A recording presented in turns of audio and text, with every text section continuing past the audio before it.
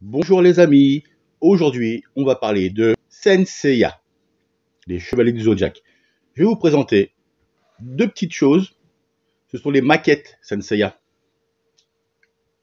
Ouais, ça existe. On a eu le droit au gold, comme je vous ai montré. On a eu le droit au bronze V2 et au bronze V1. Et l'avantage des bronzes V1 et des bronzes V2, c'est qu'on avait l'armure du chevalier noir qui allait avec. C'était donc génial, c'était plus économique au vu des prix à l'époque où on pouvait toucher les V1 et les chevaliers noirs. C'est-à-dire quasiment intouchables, surtout que les chevaliers noirs étaient à gagner. Au Japon, ils ne sont jamais sortis en France avant les rééditions de 2004.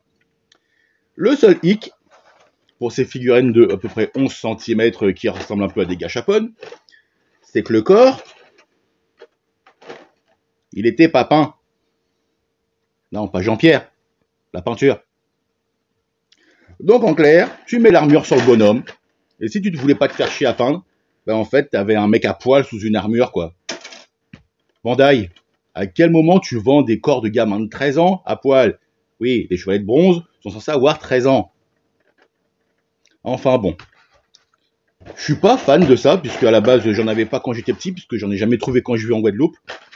Mais, pour tout vrai collectionneur Senseiya, pour tout collectionneur et passionné de Senseiya qui collectionne les différentes gammes, et non pas que les mid-close ou les die-cast ou les statues ou les goodies, si c'est un collectionneur d'ensemble un peu comme moi, eh ben, il vous faut ça dans votre collection. Voilà, je vous remonte ça. Et je vous ferai des vidéos détaillées plus tard de toutes celles que j'ai.